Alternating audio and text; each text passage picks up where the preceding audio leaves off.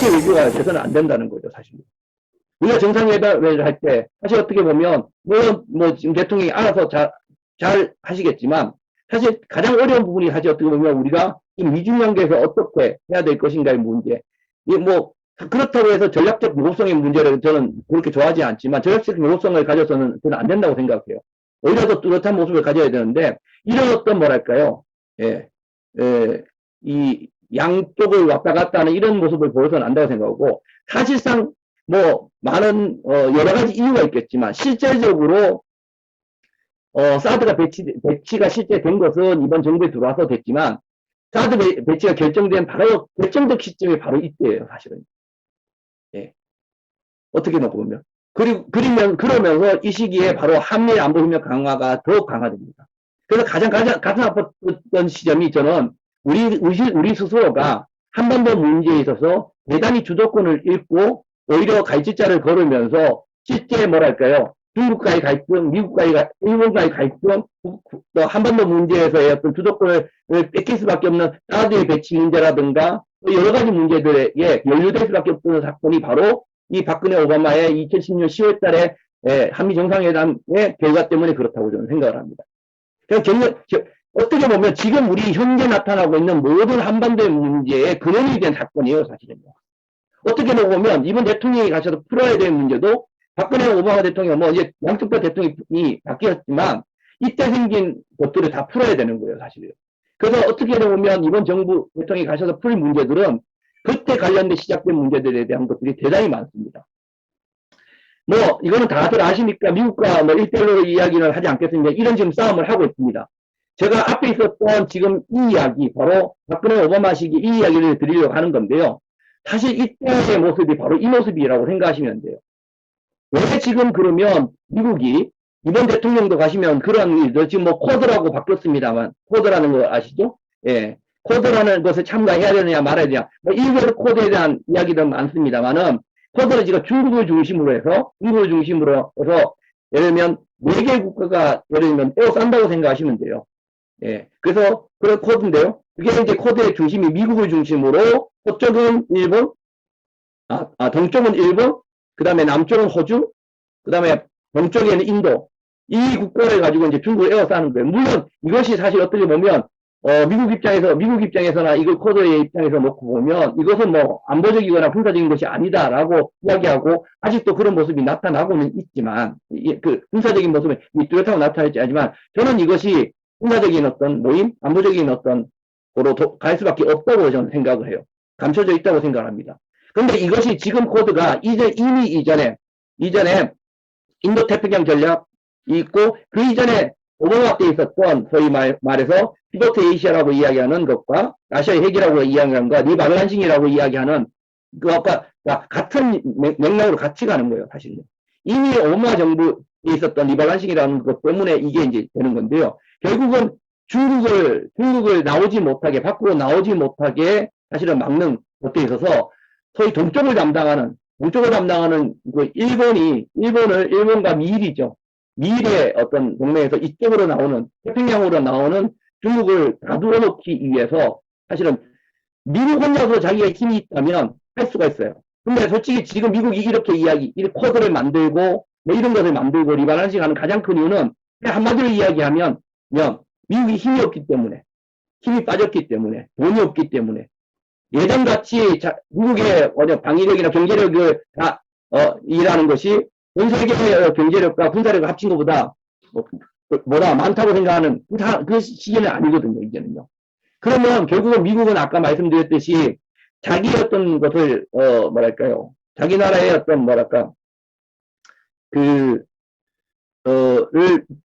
지난 트럼프 때도 아메리칸 포스트라고 이야기하고 미국 이 우선으로 갔지만 이런 어떤 트럼피즘은 저는 트럼프 때만 나타나는 것이 아니라 이거는 이제 앞으로의 미국의 보편이라고 생각해요. 미국에 바이든이 들어왔다고 그걸 버리냐? 저는 그렇지 않다고 보거든요. 말만 달라지다 뿐이지. 그런 측면에서 놓고 보면 이미 이때 미국이 상당히 힘이 빠진 상태에서 자기 스스로 이것을 막을 수 없는 상황에서 결국은 누구냐? 지금에는 코드의 한쪽인 일본을 동쪽을 막게 만든 거죠, 사실은. 그런데 여기서 여러분들 기분 나쁠 수도 있고 꼭 그건 아니지만 사실 이게 미일동맹이라는 것과 한미동맹이라는 게 어떤 뭐 하이라키, 그러니까 이게 우선순위가 있는 것이 아니라 어떤 수평선이라고 할 수 있지만 사실 우리의 생각이고 실제 미국의 입장에서 놓고 보면 명백하게 이 크기는 다를 수밖에 없어요. 사실은요. 미국도 그렇게 이야기를 하고 있고. 그래서 어떻게 놓고 보면 일본을 중심으로 이것을 하고 여기 보면 제가 행동대원이라고 그래서 기분 나쁠 수 있는데 어쩌면 이 지역에서의 지역대장이죠. 지역대장을 일본을 중간보스를 만들고 그 중간보스인 일본에게 모든 걸 다 풀어줄 수 없는 상황이에요. 사실 일본이라는 국가에 군사가 용인하게 해주겠지만, 풀어주겠지만, 완전하게 풀어줄 수는 없는, 왜냐하면 일본이라는 국가가 갖고 있는 역사적인 문제, 이런 것들, 또 그런 것 때문에 일본을 완전히 풀어줄 수 없다고 한다면, 결국은 일본을 풀어주면서도 일본과 부족한 부분을 채워주기 위해서 누가 필요한 거냐면, 대한민국이 우리가 필요한 거거든요. 그런데 문제는 한국과 일본이 계속 역사적인 문제 때문에 우리가 싸우고 관계가 좋지 않다는 거. 그래서 미국이 2006년, 7년에 2016년, 17년에 나오면 바로 그때 벌어진 것이 바로 위안부 합의 지소미아가 벌어지는 겁니다. 바로 한일 간의 위안부 합의가 있었고, 그 다음에 정보보호협정이라는 한일과 정보보호협정이 맺어지는데요. 이게 한일이 그냥 자체적으로 자기가 알아서 맺은 게 아니라 일본이 두 명을 그냥 끄다봐 놓고 야 너희 맺어 이렇게 해서 맺어졌다고 그냥 쉽게 이해하시면 되는 거예요. 심지어 그러다 보니까 우리 2018년에 미국의 국방부 장관과 외교부 장관이 우리나라에 오기 전에 일본을 들렸다가 오면서 일본에서 하는 소리가 뭐냐, 한일 간에 맺었던 합의사항에 대해서 한국이 잘 지켜야 된다 라는 이야기까지 하게 됩니다. 이거는 엄청난 외교적 결례거든요. 한일 간에 맺은 거를 자기가 뭔데, 미국이 뭔데, 예? 예? 한국 보고 잘 지켜라 말아라, 일본 말 잘 들어라, 이렇게 할 그게 아닌데도 불구하고 그런 얘기를 하고 있다는 거예요. 제가 왜 이야기 드리냐, 제가 지금 왜 길게 지금 이 시기를 말씀을 드리냐면, 이 시기에 있었던 사람이 누구냐, 바로 이 시기가 바이든이 부통령이었어요. 이 시기에 있었던 사람들이 지금 다 장관들 하고 있고 차관들 하고 있고 지금 외교 안보 라인에 있는 사람들이에요. 지금 사실 어떻게 보면 바이든은 오바마 3제라고 생각하시면 되는 거예요. 오바마는 이 꿈을 꿨었던 거죠. 오바마에 있었던 외교 안보 라인들은 이 꿈을 꿨었던 거예요. 예, 중국을 가둬놓고 이런 꿈을 꿨었고 이 그림을 그렸고 이 그림을 그리는데 북의 어떤 말할까요? 문제를 북핵 문제를 어떻게 이용할 것이 수단을 이용할 것인가? 또 이걸 가지고 남쪽을 어떻게 활용할 것인가? 이걸 가지고 뭐랄까 한미의 공조를 어떻게 만들어 갈 것인가? 이것이 그들의 머릿속에 있었던 거예요, 사실은요. 근데 사실은 이제 정권이 바뀌면서 이거를 완성시키지 못하고 떠났거든요. 그러면 이 사람들이 다시 돌아오면 이걸 다시 그대로 복원하고 그걸 만들려고 할 수 없고 그 사람들 머릿속에는 사실 그대로라는 거예요. 그래서 어떻게 놓고 보면 이번 정부는 아까 말씀드렸듯이 이번 남북 정상회담은 2005년 아까 5년에 있었던 그 후속에 사람도 바뀌었지만 대통령은 박근혜에서 우리 문재인을 바뀌고 오바마 바뀌었지만 저쪽에 오바마에서 바이든 바뀐 것은 정부 자체는 바뀐 게 아니라고 봐요. 결국은 이때 해놓은 것들을 미국 입장에서 보면 얼마나 더 정교하고 더 튼튼하게 만들 것인가에 대한 고민을 할 것이고 우리는 거기에 말려들어서 만약 이것에 말려들게 되면 저는 단연코 말씀드리는데 한반도 평화는 없다고 봐요. 사실 솔직히. 그런 측면에서 저는 이제 위안부 합의도 마찬가지고 지소미아도 마찬가지고 뭐 이거에 대한 뭐 점검이 있어야 되지만 특히 문제가 되는 건 좀 사드라고 생각을 합니다. 제가 이번에 꼭 하지 말아야 될 것 중에 하나가 중에 말씀드리고 싶은 게 바로 사드 문제예요. 많은 사람들이 관심을 가지지 않는 문제 중에 하나가 이 사드인데 저는 사드가 지금 물 밑에 있죠. 물 밑에 있습니다. 지금 현재 성주의 사드는 설치는 되어 있지만 비공식적으로 공식 설치로 운영하는 게 아니라 임시 운영을 하고 있는 상태입니다. 그리고 잘 아시면 뭐 이번에 엊그저께도 이제 뭐 물자가 들어갔지만 사실 어떻게 놓고 보면 거기는 지금 공식적으로 막사라든가 이런 것들이 제대로 된 건물이 있는 것이 아니라 임시수도에 살고 있고요. 전기, 물 이런 것도 공급이 제대로 되지 않는 것입니다. 뭐 이렇게 보니까 이제 뭐 미국 편 드는 게 아니라요. 그쪽 편 드는 게 아니라 그런 상황으로 현재 지금 2017년부터 시작해서 지금까지 오고 있습니다. 거의 이제 예, 거의 4년을 지금 와 있는 거죠, 사실은.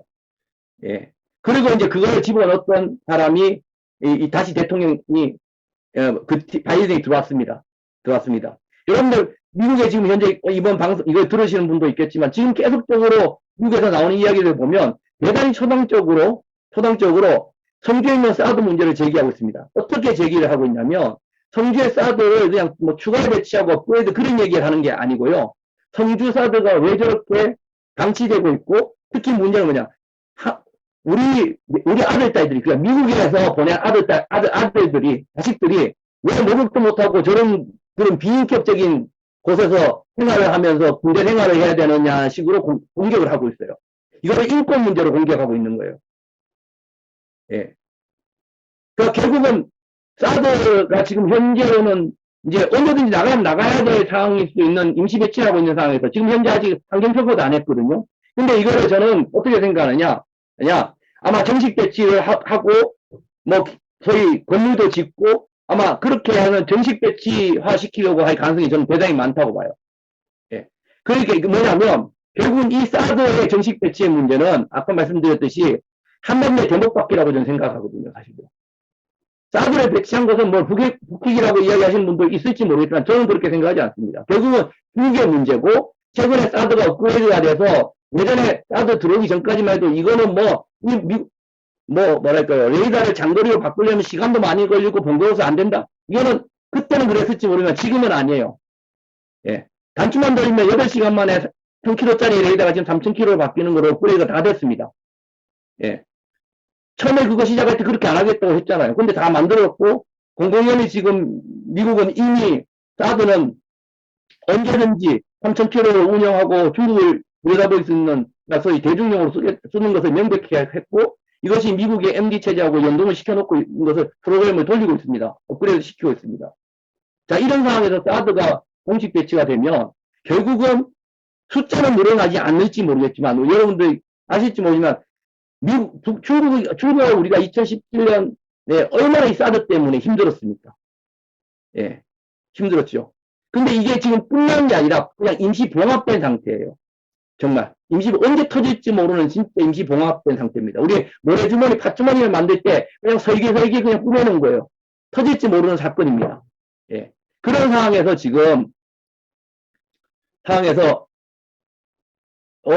분명히 그렇게 세 가지 조건을 걸고, 삼부를 걸고, 이걸 틀어막았거든요. 이 3부를 건 중에 하나가 세 번째 조건이 뭐냐면, 세 번째 조건이 뭐냐면, 한미일 이 군사 체제를 강화하는데 한국이 적극적으로 참가하지 않는다는 내용이에요, 사실은. 이게. 근데 어쩌면 이 사드 대목받기와 함께 이것이 한미일 삼각구조 군사적인 공조가 강화되는 측면으로 하면 결국은 2017년에 막아놓은 뭐랄까요, 이 중국과의 어떤 뭐랄까요 삼불 정책에 따른 이 뭐랄까 임시 방편이 그냥 깨지는 상황이 벌어지면 저는 이게 깨지면 지난번에 그 중국과 어떻든 약속해놓은 이게 깨지면 근데 중국에서 오는 뭐 당연한 경제적인 문제라든가 지난번보다 더 힘든 어떤 상황이 벌어질 거에 대한 우려도 있지만 저는 그보다 더 큰 우려가 뭐냐면 정말 이제는 한반도의 평화 만들기가 어려워질 것이다라는 거죠. 예. 경제적인 문제가 경제 어려움도 정말 중요한 문제예요. 예, 우리 중국에 가신 교포분도 어려우시고 있지만 이제 이렇게 해서 떨어나간 중국은 정말 이제 한반도 문제에 대해서는 평화의 문제에 대해서는 우리 편을 들어주지 않을 것이다라는 거예요. 예. 그 점이 저는 우려스럽기 때문에 정말 저는 이번 한미 정상회담에서 이 부분만큼은 사드의 대목받기라고 하는 이 부분하고 그다음에 한미일 공조라는 이 부분이 강화되는 부분에 대해서는 어떤 측에서 막아야 된다라고 저는 생각을 합니다. 결국은 이 문제를 잠깐만요.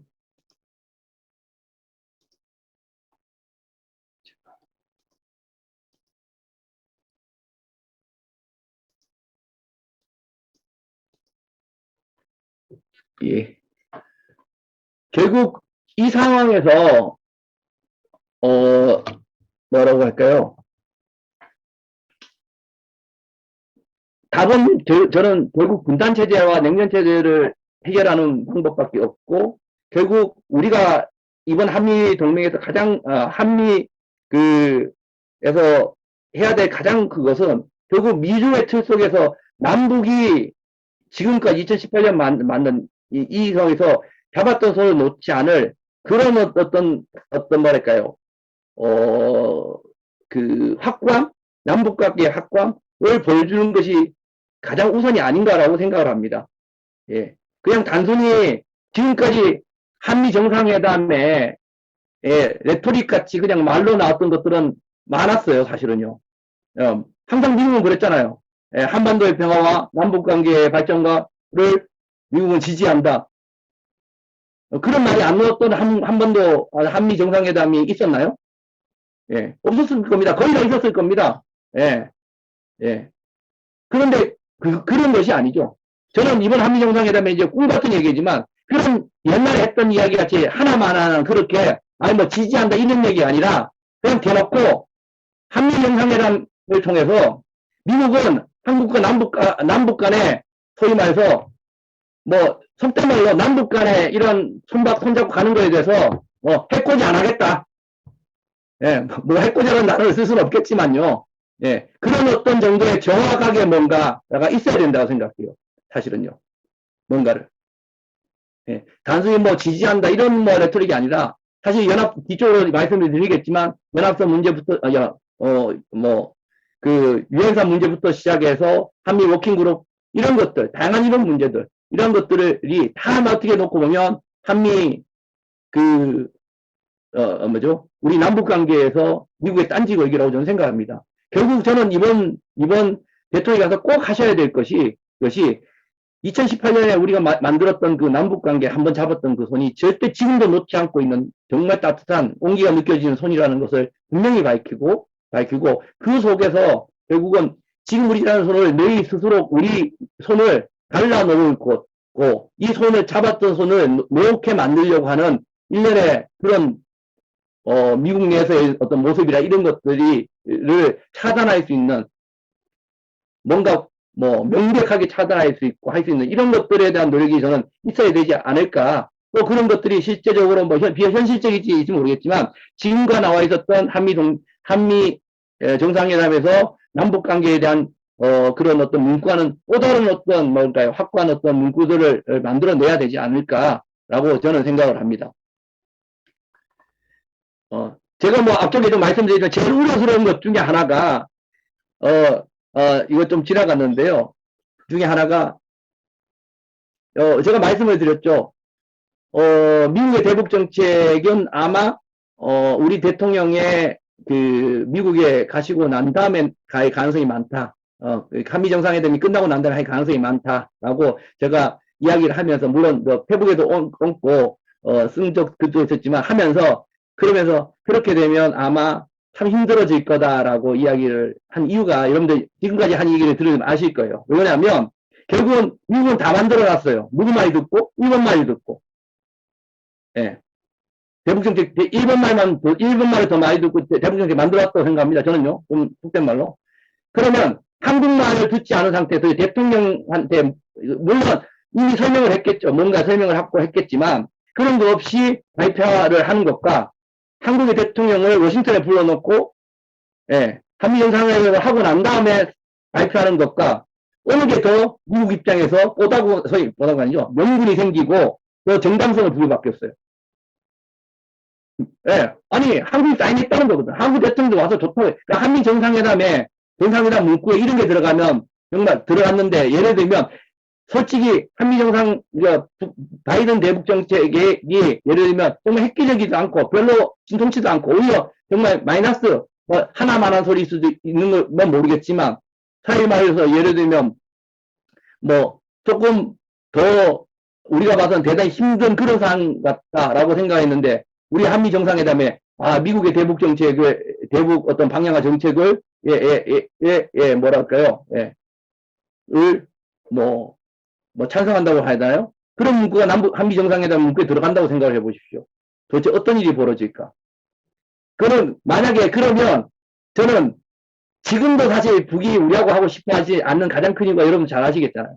지금 북이 우리하고 하고 싶어 하지 않은 이유가 그냥 쟤들은 그냥 미국의 그거라는 거거든요. 예. 미국 말만 듣고 아무것도 안 하고 그냥 말이 중재자라고 하고 있지만 예, 아무것도 능력 없고 예, 미국이 하라는 대로 하고 미국 눈치만 쳐다보고 있고 근데 만약 이번에 바이든이 새로 나왔는데 바이든 새로운 정부가 북 입장에서 보면 우리 입장에서 보는 게 아니에요. 북 입장에서 보면 진짜 탐탁지 않고 말도 안 되는 소리 하고 있는데 거기다 대놓고 우리가 예, 한미 정상회담에 바이든 정부의 대북 정책 대단히 좋습니다. 박수 치는 문구 들어가고 그러고 난 다음에 들어왔는데 대북 정책이 발표됐어요. 그러면 이번 정부는 뭐 1년 동안 아무리 힘을 써도 안 된다고 봐요. 남은 1년 동안. 예. 당연한 거죠. 미국이 노리는 게 그거일 수도 있고, 북한도 지금 그걸 쳐다보고 있어요. 제가 미국 가서 대북 정책을 갖고 뭐라고 그럴까? 정말 마음에 안 들면, 대북 정책 아니면 마음에 안 든다고 하고, 마음에 안 든다고 해야 될지 모르지만, 뭐, 부족하면 부족하다고 이야기하고, 당당히 이게 있다고 봐야 돼요. 예. 저는 과연 그런 어떤 지금 현재 바이든의 결정된 대북 정책에 대해서 딴지보기를 과연 하고 올 수 있을까? 부족한 부분에서 채워주고 있을까? 또 그러한 부분에 대해서 우리 나름대로 정상회담 문구에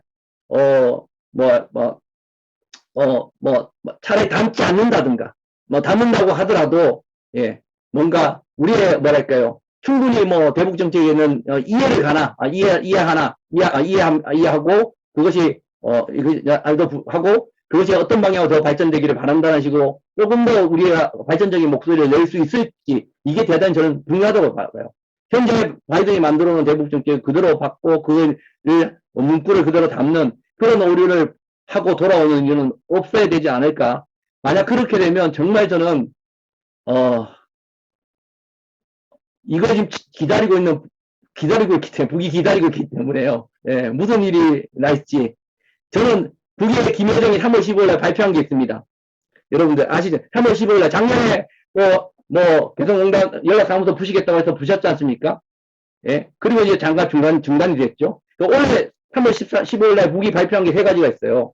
그게 뭐냐면 조평통을 없애버리겠다. 우리가 보면 통일부를 없애는 거예요. 그러니까 우리하고 이제 통일 논의 안 하겠다는 거예요. 대학 한 개가 없어지는 겁니다.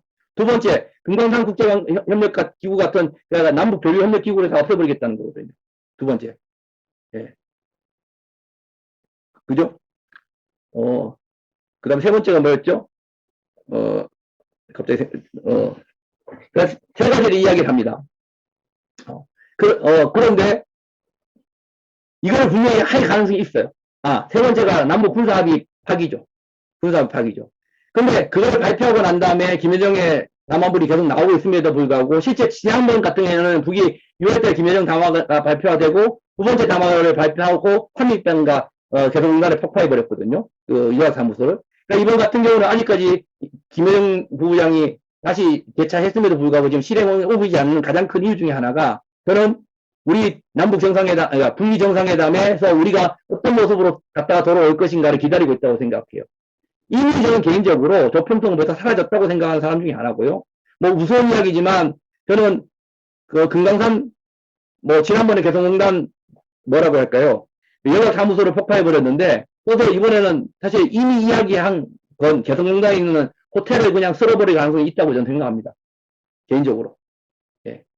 사실 어떻게 보면 남북 군사 합의야 우리가 지난 2018년에 만든 거지만 사실 조평동과 금강산 같은 경우에는요. 사실 이게 이번 정부의 업적이나 이번 정부가 만드는 것이 아니라 남북 관계 사이에서 2000년도 우리가 6.15와 14선언을 만들면서 만들었던 결국은 어떻게 보면 남북 관계 사이에서 가장 중요한 6.15 선언 이전으로 돌아 남북 관계를 되돌리는 이게 돼버리거든요. 사실요. 그런 측면에서 어떻게 놓고 보면 이번 한미 정상회담의 결과가 단순히 우리가 1년 남은 이번 정부의 어떤 남북의 관계의 미래, 남북 관계 1년의 어떤 간에 1년 동안의 앞으로를 전망하고 어떻게 될 것의 문제가 아니라 어쩌면 지금까지 70년의 남북 관계사에 있어서 2000년에 소중히 만들었던 남북 관계의 그 소중한 어떤 변화점이라고 하는 6.25 이전으로 돌아갈 수도 있는 정말 대단한, 뭐랄까요, 무서운 어떤, 일이 벌어질 수도 저는 있다고 저는 생각합니다. 그런 차원에서 저는 조금 길어져서 제가 한 10분 정도, 15분 정도만 좀 더 하고 마치겠습니다. 예. 예. 그런 차원에서 가장 중요한 것은 저는 뭐 이런 대중대미, 남북관계, 국내 안정도 중요하지만 결국은 이 문제를 풀 수 있는 것은 남북관계라고 저는 생각을 하고요. 이번 결국은 트럼프 때도 보더라도 보시면 알겠지만 2017년에 트럼프 행정부가 최대 압박과 관여 정부라고 이야기했고 또 이것이 우리 대통령 2017년 5월 달에 대통령 당선 이후에 바로 50여일 만에 한미 정상회담 워싱턴에 가서 이때 재확인을 했죠. 이때 2016년, 17년 여러분들 머리에 떠올려 보십시오. 2016년, 17년에 있었던 그 상황은 16년, 17년 북핵 문제죠. 미사일이 날아다니고 북한이 5차 핵실험, 6차 핵실험 막 할 때입니다. 그리고 사드 배치 문제에 따른 문제, 아직 2017년 6월달 사드 배치를 하고 난 다음에 중국과의 갈등이 풀리지 않고 지금 중국과의 문제 최대한 올라갈 때 이 시점이었습니다. 그 다음에 위안부 문제 때문에 또 악화되어 있는 상황이었습니다. 여기에 FTA 재검토, 오토 원비어 사건, 대단히 어려운, 소위 어떻게 보면 사중고였어요. 우리 한반도는. 우리는. 어떤 사중고냐? 북에 대한 위험, 북핵 미사일에 대한 어떤 그런 것도 있었고요. 그 다음에 사드 배치에 관련된 중국과의 북중 관계도 문제가 있었고, 그러니까 북한과의 문제도 있었고요. 북중 관계도 있었고, 위안부 때문에 미일 관계 있었고, 그 다음에 FTA, 오토 뭐 이런 것 때문에 심지어는 한미동맹의 위기까지 왔습니다. 4대 위기가 있었던 게 바로 2017년입니다. 네. 그런데 우리들의 통일을